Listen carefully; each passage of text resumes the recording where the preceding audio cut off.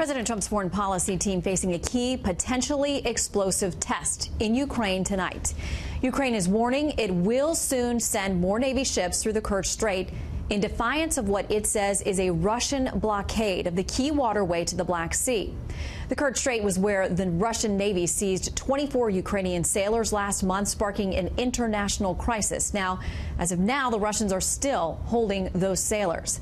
Ukraine has been amping up its military response for days now with missile tests and sending troops to the border, also declaring martial law. Russia says it's all just politicking by our next guest. We're joined now by Ukraine's President Petro Poroshenko from the presidential building in Kiev. Mr. President, welcome. Thank you very much indeed, Shannon. So let's start there. Russia says that this is political in nature. In fact, the lower house of their parliament, the State Duma, this is the report on them. It says that they approved a statement Tuesday accusing the Ukrainian president of a reckless and cynical attempt to change the situation in his favor and a desire to cling to power at any cost at the threat of a full-scale war, obviously referencing the upcoming election in March. Your response, sir? I think Russia behavior is absolutely the same since aggression against my country in the year 2014.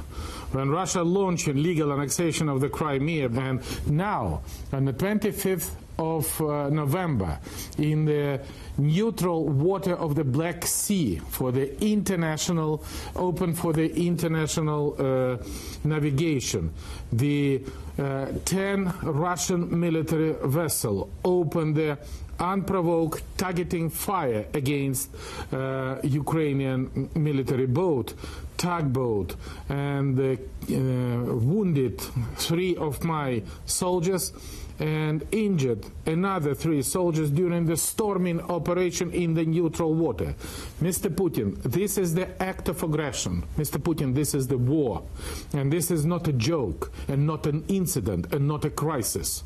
Because your regular forces under the Russian flag attack in the international water Ukrainian military vessel. And you have written a piece in the New York Times where you talk about the fact that it is time for the West, for democratic countries, as you outline all of the recent actions by President Putin, that it's time to stand together and stand up to him, because without that, the aggression will continue, will get worse. There are the Baltic states that could be in the same situation that you had with Crimea, and there are European and U.S. interests as well.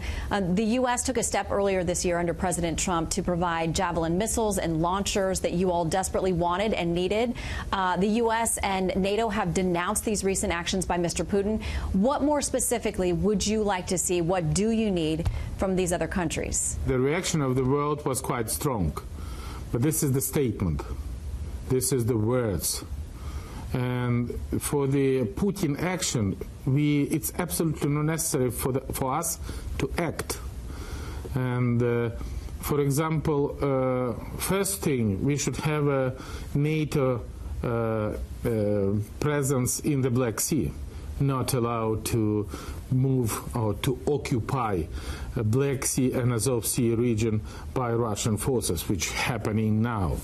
The Azov package of sanction, I think it was a very good statement for the State Department in the United States that it would be absolutely positive if, as a reaction of the act of aggression in the Black Sea, European Union together with the United States make a sanction against Nord Stream 2 to stop, because nobody knows where tomorrow Putin make a decision to protect Russian interests. We need an improving military and technical cooperation, including the supply, the lethal weapons, helping us to protect our country from the possible ground huge operation, which Russia, we not exclude that Russia can launch any moment. As you send potentially Navy ships, your Navy ships back into that area, many will consider that provocative. Are you worried, Mr. President, about where this goes? What is your worst-case scenario with this conflict? This is a Ukrainian water.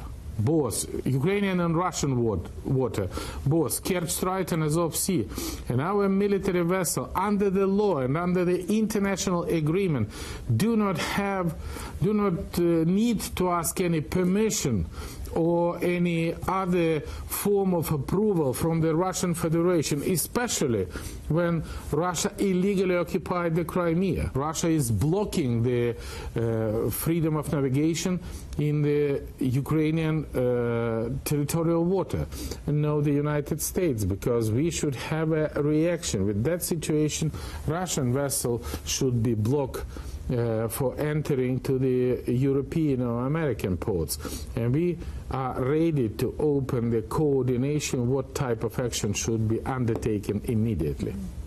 Mr. President, we thank you for your time. The world is watching, and we will continue to follow the story, sir. Thank you very much. Thank you for support, Shannon. Happy to be with you. Thanks a lot.